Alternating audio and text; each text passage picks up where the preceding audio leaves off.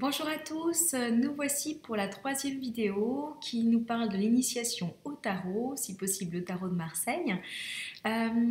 C'est donc pour cette troisième vidéo, nous allons parler de la papesse, cet arcane majeur, donc troisième arcane majeur, je vais y arriver aujourd'hui, concernant cette évolution en fait que l'on a vue depuis le début. On avait vu finalement le mât au début, qui est dans l'envie de changer les choses, de mettre en œuvre de nouvelles actions sans savoir véritablement ce qu'il veut.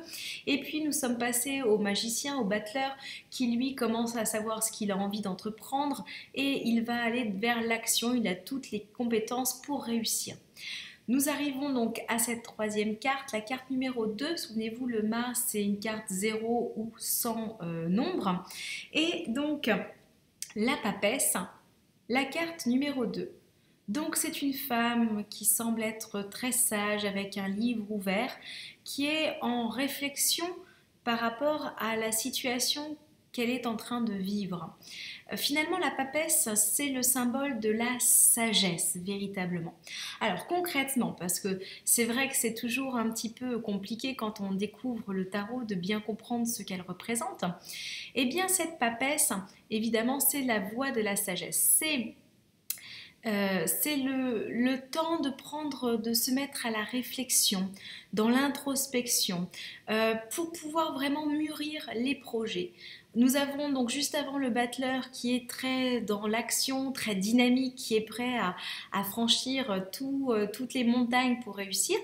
Et la papesse arrive pour réfléchir, pour se dire est-ce que le projet est mûrement réfléchi? Est-ce que l'on a vu tous les tenants et les aboutissants de ce projet pour pouvoir vraiment agir en toute conscience, avec beaucoup plus de discernement que ce que le magicien pouvait avoir. Donc, cette papesse, eh bien, elle va nous amener à la réflexion, à la méditation. Elle va nous demander quand même aussi, avec le chiffre 2, eh bien, de garder la foi, d'avoir des pensées positives. Véritablement, cette carte nous demande simplement de prendre le temps de faire les choses, pas de renoncer ou pas de reculer. Non, elle nous demande vraiment de prendre le temps de faire. Alors concrètement, quand vous tirez cette carte lorsque c'est le sentiment, quand on est dans l'amour, dans la relation sentimentale, eh bien, cette carte, elle nous demande de bien réfléchir à cette relation que l'on est en train de vivre, ou peut-être, si on est célibataire, de ce que l'on veut vraiment dans une relation future. Pourquoi? Parce que y a des choses qui peuvent être un peu cachées dans la relation avec une autre personne. Il y a peut-être des choses que l'on ne nous dit pas, on ne nous dit pas tout, donc on ne sait pas tout. On peut avoir tendance à interpréter les choses alors que la vérité est tout autre. On nous demande de vraiment percer tous les mystères qui sont liés à cette relation. Et puis pour certains, quand on est dans des relations un petit peu conflictuelles, on nous demande de prendre le temps pour rétablir la communication, pour rétablir cette relation, pour lui permettre vraiment d'aller vers quelque chose de nouveau. Alors, la papesse, c'est aussi la réflexion par rapport à la relation, à ce que l'on veut. Si l'on veut un mariage, si l'on veut une grossesse, quelque part, on nous demande à réfléchir si vraiment, toujours encore, si on est en train d'idéaliser quelque chose ou si c'est quelque chose qui est juste, qui est normal, qui est parce que la relation est tout à fait...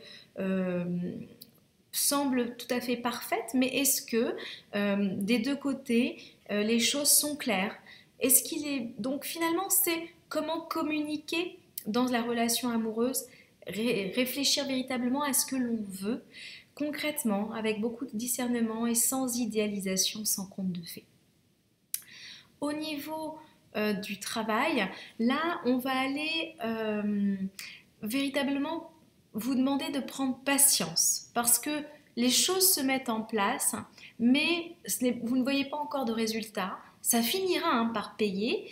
Il faut parier sur du long terme. Il faut prendre le temps à la réflexion aussi, savoir si on a toutes les compétences pour pouvoir réussir ce projet. Et si on, donc c'est aussi mettre ses pions progressivement un pas après l'autre dans cette création, dans cette réalisation des projets. Il faut savoir que là, on vous demande vraiment d'utiliser votre savoir, vos connaissances. Donc, c'est vraiment la maîtrise du sujet qui va vous amener à la réussite. Donc, s'il manque des choses, peut-être aller chercher des formations, des informations supplémentaires. C'est vraiment de continuer, de persévérer. Ça va porter ses fruits, mais il faut du temps, il faut de la patience, il faut de la réflexion, il faut continuer d'agir en étant structuré.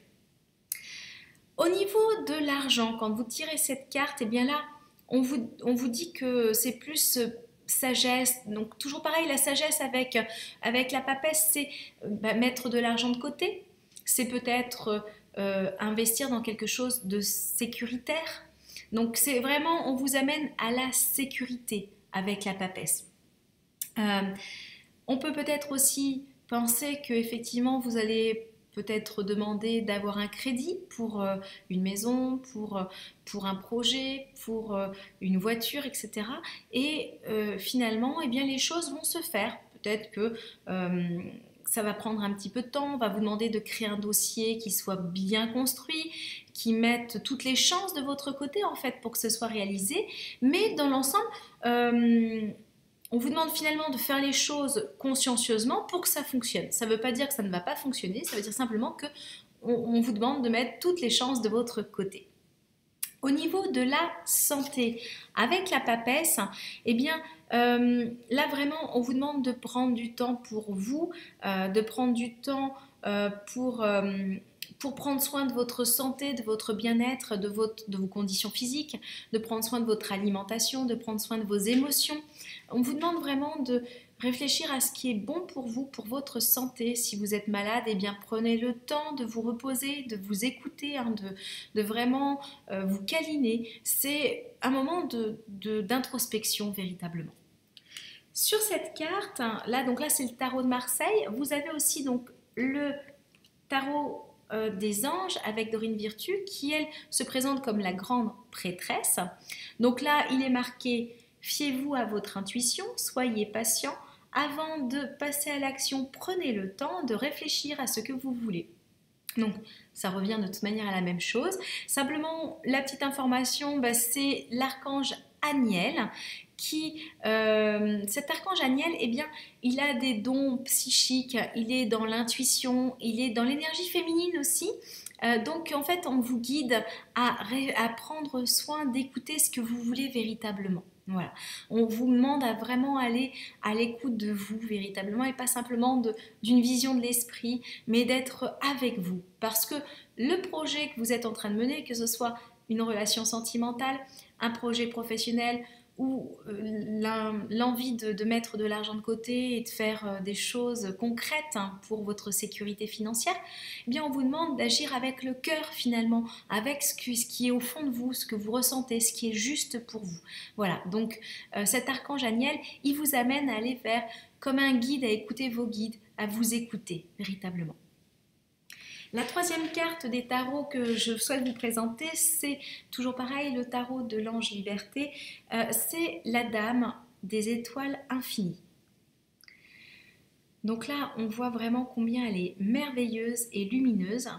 Alors, la dame des étoiles infinies, elle vous dit vraiment d'aller écouter votre intériorité, que malgré les apparences, même si pour l'instant vous ne voyez pas forcément d'issue, vous ne voyez pas forcément de résultats présents, que ce soit dans votre relation sentimentale, ou que vous soyez célibataire ou même en couple et que vous faites beaucoup d'efforts mais qu'il n'y a pas grand-chose qui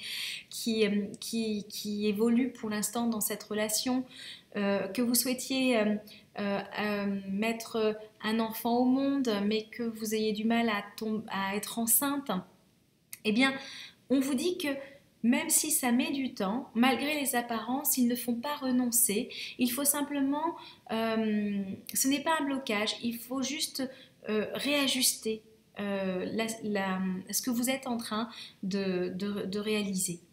Est-ce que c'est le bon moment ? Est-ce qu'il y a une autre manière de faire ? Comment vous pourriez mettre toutes les chances de votre côté pour pouvoir réussir ce beau projet. Voilà, c'est comment mettre tout en place pour que ce soit parfait. En astrologie, cette carte de la papesse, voilà, on va les retrouver là ici. En astrologie, eh bien, la planète qui est reliée, c'est la Lune.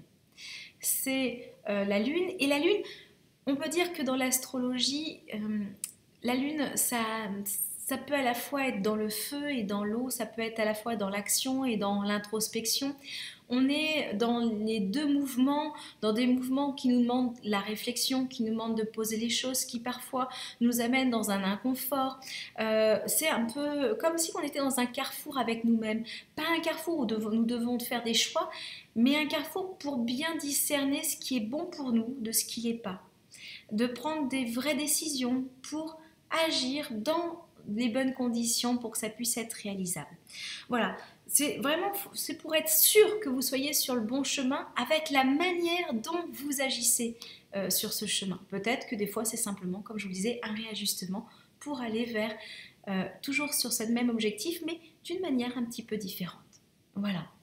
Voilà pour la 3e vidéo sur la papesse. Je vous souhaite une très belle journée. J'espère que cela peut vous aider. N'hésitez pas à m'envoyer des petits messages si vous avez des questions pour en savoir plus sur ces cartes de tarot. L'objectif évidemment, c'est que vous puissiez vraiment être de plus en plus autonome pour pouvoir vous tirer les cartes, comprendre le message et en même temps pouvoir à la rigueur utiliser ces capacités auprès de vos amis et de votre famille, ou peut-être d'en faire un métier par la suite. Voilà, je vous embrasse et je vous dis à très bientôt.